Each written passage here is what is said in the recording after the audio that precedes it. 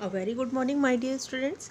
Last period में हमने history का चैप्टर नंबर 7 कंप्लीट हो गया था हमारा, और आज हम सिविक्स का chapter number 2 the Indian parliament हम स्टार्ट करने जा रहे हैं। ओके स्टूडेंट्स, तो हमारा आज का चैप्टर है chapter number 2 the Indian parliament, page number 71। तो सबसे पहले हम गवर्नमेंट ऑफ इंडिया के स्ट्रक्चर के बारे में जान लेते हैं कि गवर्नमेंट ऑफ इंडिया का स्ट्रक्चर क्या है। तो भारत का संविधान फेडरल सिस्टम को फॉलो करता है। फेडरल सिस्टम के अकॉर्डिंग इंडिया के दो टाइप की गवर्नमेंट होती है, सेंट्रल गवर्नमेंट और स्टेट गवर्नमेंट। अब सबसे पहले हम सेंट्रल गवर्नमेंट के बारे में डिस्कस करेंगे। सेंट्रल गवर्नमेंट में इंडियन पार्लियामेंट की दो हाउसेस से मिलकर बनता है। ठीक है, जो पार्लियामेंट है हमारा, उसमें दो हाउसेस रहते हैं, उन्हीं से मिलकर हमारा पार्लियामेंट बनता है। अब ये दो हाउसेस कौन कौन से हैं? राज्यसभा और लोकसभा। राज्यसभा को हम अपर हाउस भी बोलते हैं और लोकसभा को लोअर हाउस। पार्लियामेंट अपने इन दोनों हाउसेस की मदद से ही लॉ बनाता है, और लॉज पार्लियामेंट में पास होने के बाद प्रेसिडेंट के द्वारा उसको पूरे देश में लागू कर दिया जाता है। According to this constitution, Rajya Sabha में मैक्सिमम 250 मेंबर्स होते हैं, लोकसभा में 552 मेंबर्स हो सकते हैं। करंटली इसमें 545 सीट्स हैं।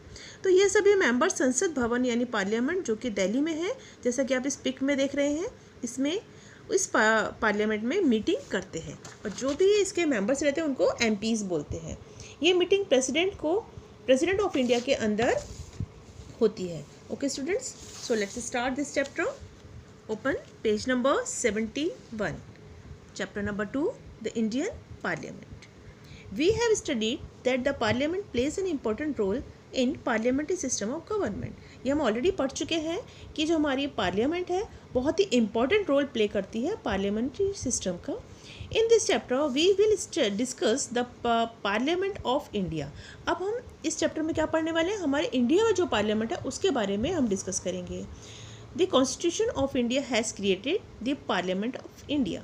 जो हमारा कॉन्स्टिट्यूशन है उसके अकॉर्डिंग हमारे जो पार्लियामेंट है उसमें सभी संविधान डिस्कस किए जाते हैं। The legislature at the national level that is the level of the central government is called the parliament. तो जो हमारा लेजिस्लेचर यानी कि विधानमंडल, वो नेशनल लेवल का है, और इसी को हम सेंट्रल गवर्नमेंट भी बोलते हैं, और इसको पार्लियामेंट क्या कहा जाता है।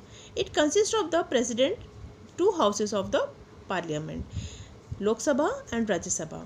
अब जो पार्लियामेंट है वो किन किन से मिलकर बनता है? सबसे पहले उसमें पार्लियामेंट में जो प्रेसिडेंट होता है वो, और टू हाउसेस जैसे कि लोकसभा और राज्यसभा, इन तीनों से मिलकर हमारा पार्लियामेंट बनता है। Through president is an inseparable part of the parliament. He or she cannot participate in the discussion in either of the houses of the parliament. अब देखिए यहाँ पर देखिए जो राज्यसभा और लोकसभा दो हाउसेस हैं, तो उनमें जो डिस्कशन होता है पार्लियामेंट में वो इन हाउसेस के बीच में होता है, बट ये ज़रूरी नहीं है कि उसमें प्रेसिडेंट इंटरफेयर करे या प्रेसिडेंट पार्टिसिपेट करे। तो वही इन्होंने बताया, through president is an inseparable part of the parliament. जो प्रेसिडेंट है वो उसका पार्ट है, बट वो वहाँ पर मीटिंग में अटेंड नहीं होता है, लेकिन उसका वो पार्ट है, इसको अलग नहीं किया जा सकता प्रेसिडेंट को पार्लियामेंट से। तो ही शी, चाहे वो मेल हो या फीमेल हो, वो पार्टिसिपेट नहीं करता है जो भी वहाँ पे डिस्कशन होते हैं, लेकिन फिर भी वो पार्लियामेंट का हिस्सा है। Okay, the two houses of the parliament are called the Lok Sabha and the Rajya Sabha. और जो दो हाउसेस होते हैं उनके अभी हमने आपको नाम बताया पहले भी, लोकसभा और राज्यसभा। ये आप पहले भी सुन चुके हैं इसके बारे में, आपको शायद काफ़ी इसके बारे में पता भी होगा। अब सबसे पहले हम लोग डिस्कस करते हैं लोकसभा के बारे में। Lok Sabha is the lower and the first house of the parliament of India. Lok Sabha को लोअर हाउस बोलते हैं और फर्स्ट हाउस कहा जाता है ये पार्लियामेंट ऑफ इंडिया का। Lok Sabha is the houses of representatives directly elected by the people. Lok Sabha के जो भी रिप्रेजेंटेटिव्स रहते हैं, यानी जो भी मेंबर्स रहते हैं, वो डायरेक्टली हम जैसे लोग, हम आम जनता लोग मिलकर उसको इलेक्ट करते हैं। Hence the Lok Sabha is called the first house, इसीलिए लोकसभा को फर्स्ट हाउस कहा जाता है। The members of Lok Sabha are elected directly by people from the territorial constituencies. तो देखिए जो मेंबर हैं लोकसभा के वो डायरेक्टली इलेक्ट होते हैं हम लोगों के द्वारा ही, आम जनता के द्वारा हम लोग वोट करते हैं और उनको चुनते हैं। और टेरिटोरियल कॉन्स्टिट्यूशंस में मतलब राज्य क्षेत्र का जो चुनाव होता है उसको बोलते हैं territorial constituency. The tenure of Lok Sabha is 5 year. Tenure यानी कि जो उनका कार्यकाल का समय रहता है तो वो कितना है, 5 ईयर्स का है। The election take place after every 5 year, और हर 5 साल बाद फिर से इलेक्शन होते हैं उनको चुनने के लिए। These elections are known as general election, और इन इलेक्शन को हम लोग जनरल इलेक्शन कहते हैं। However, there are examples when the Lok Sabha was dissolved before the completion of 5 years। देखिए यहाँ पे कुछ इसके और भी इसके वो है कि अगर इन केस अगर ऐसा कि जो 5 ईयर्स के लिए चुने जाते हैं जो भी MPs, अगर वो पूरा नहीं कर पाते, बहुत सारे रीज़न है, या तो उनकी डेथ हो जाती है, या वो बीमार हो जाते हैं, या फिर वो सही तरीके से काम नहीं कर पाते हैं, तो उनको बीच में ही हमको दूसरे चुनाव करवाने पड़ते हैं। तो देखिए इसके भी क्या है कि लोकसभा व डिसॉल्व, यानी किसी भी कारण से जो लोकसभा है वो डिसॉल्व यानी ख़त्म हो जाती है, नहीं चल पाती है before the completion of 5 years, यानी 5 साल कंप्लीट होने के पहले ही वो अगर ख़त्म हो जाती है, then election held in such a case are called mid term election. तब क्या होता है, हम इन बिटवीन भी 5 साल के पहले भी इलेक्शन करवा सकते हैं, उसको हम लोग बोलते हैं mid term elections. Okay, Lok Sabha is the representative body of the citizen of India. Lok Sabha क्या है, एक रिप्रेजेंटेटिव बॉडी है सिटीजन ऑफ कंट्री की, ठीक है। As per the constitution there can be a maximum of 552 members in the Lok Sabha, यानी constitution के हिसाब से मैक्सिमम 552 मेंबर्स हो सकते हैं लोकसभा के। Okay, to ensure equal representatives of all section of the community, some seats are reserve for member belonging to schedule caste and schedule tribes. देखिए यहाँ पर जो 552 इन्होंने मेंबर्स बताए हैं लोकसभा के, इसमें ये इन लोगों ने इक्वल रिप्रेजेंटेटिव ऑल सेक्शन यानी SC ST इन सभी कास्ट से भी इन लोगों ने इन्होंने सीट्स रिजर्व करी हुई है कि SC के कास्ट के इतने हमारे मेंबर्स रहेंगे, ST के इतने मेंबर्स रहेंगे। ये सभी इन्होंने अलग अलग कम्युनिटी से, अलग अलग सेक्शन से इन लोगों ने रिप्रेजेंटेटिव्स को चुनने के लिए इन्होंने सीट रिजर्व करी हुई है।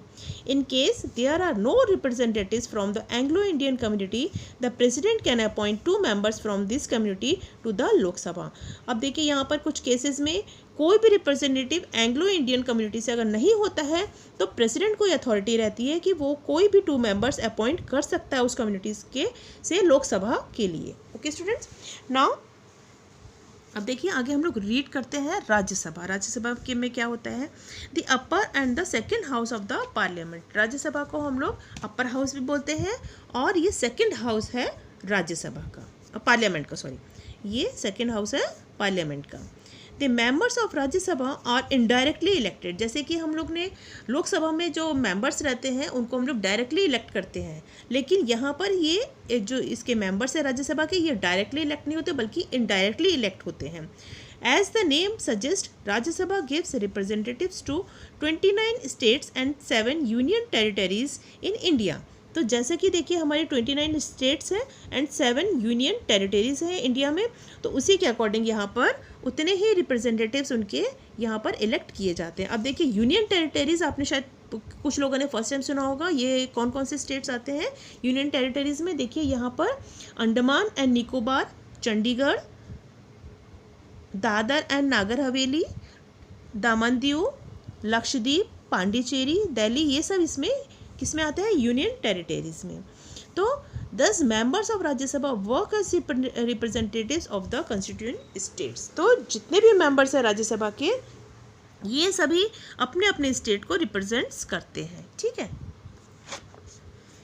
नेक्स्ट देखिए पेज नंबर 72 में, the total membership of Rajya Sabha is 250 members. अब देखिए राज्यसभा की टोटल मेंबरशिप कितनी है, 250 मेंबर्स इसमें होते हैं। Among them 238 members are elected from the constituent states and union territories. देखिए 238 जो मेंबर्स हैं वो हमें उस स्टेट और यूनियन टेरिटरी से हम लोग इलेक्ट किए जाते हैं। All the constituent states do not get equal representative in the Rajya Sabha. और देखिए जितने भी स्टेट के जो भी रिप्रेजेंटेटिव इक्वल नहीं होते हैं, ठीक है, राज्यसभा से। It is proportion to the total population of each of the state, remaining 12 members are appointed by the president।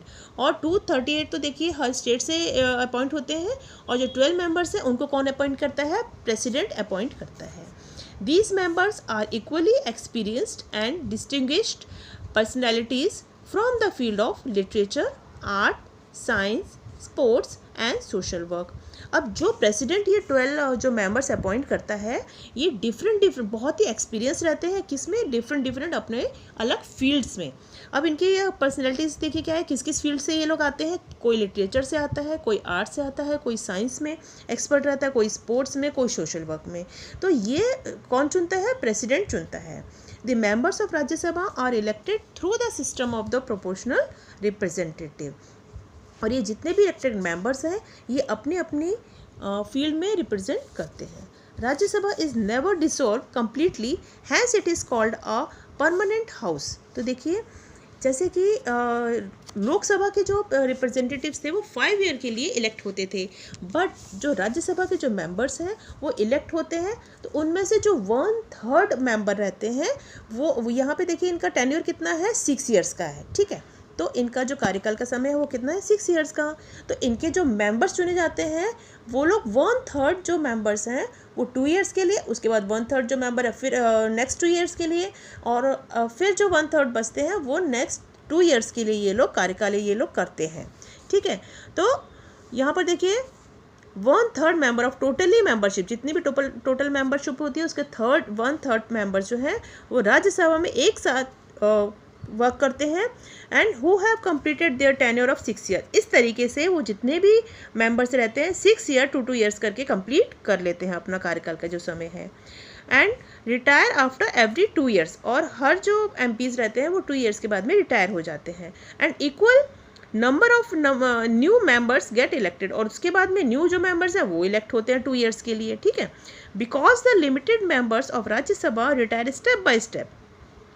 तो क्योंकि यहाँ पे लिमिटेड मेंबर्स हैं तो वो स्टेप बाय स्टेप रिटायर होते हैं राज्यसभा में।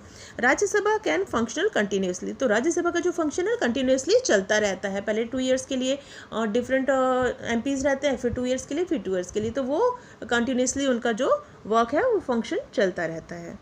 Any person contesting for the election of Rajya Sabha must be an Indian citizen and he must have completed 30 year of age। अब देखिए, कोई भी जो पर्सन है वो इसमें इलेक्शन में पार्टिसिपेट कर सकता है, लेकिन उसकी क्या कंडीशन है, उसमें वो इंडियन सिटीजनशिप उसको होनी चाहिए और उसके 30 ईयर्स एज के कंप्लीट हो चुके होने चाहिए, वो यानी 30 ईयर्स का हो चुका होना चाहिए। Now members of Lok Sabha and Rajya Sabha are known as member of parliament. तो जो भी लोकसभा और राज्यसभा के जो भी मेंबर्स हैं उनको हम लोग क्या बोलते हैं, मेंबर्स ऑफ पार्लियामेंट। शॉर्ट में हम लोग बोलते हैं ना एमपीज, वो देखिए एमपी जा रहे हैं, तो इसी तरीके से उनको हम लोग मेंबर ऑफ पार्लियामेंट बोलते हैं।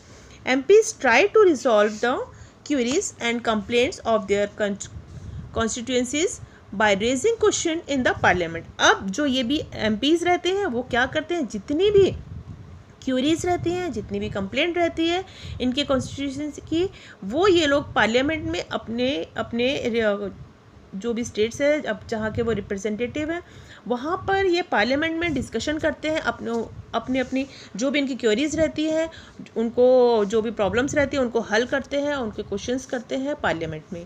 Government allocates that funds to carry out development activities in their representative constituencies। तो अब उसके बाद क्या होता है, अगर ये कुछ स्कीम वगैरह देते हैं या कुछ उसके लिए उनको फ़ंड की ज़रूरत होती है तो गवर्नमेंट इनको फ़ंड भी अलोकेट करता है, और जो भी डेवलपमेंट एक्टिविटीज़ रहती हैं उसके लिए उनको फ़ंड प्रोवाइड किया जाता है। ठीक है, ओके स्टूडेंट्स, अब आई थिंक आज के लिए इतना ही। आगे का भी चैप्टर पूरा अच्छे से रीड करके रखिएगा, आगे का जो चैप्टर है वो हम नेक्स्ट पीरियड में कंटिन्यू करेंगे।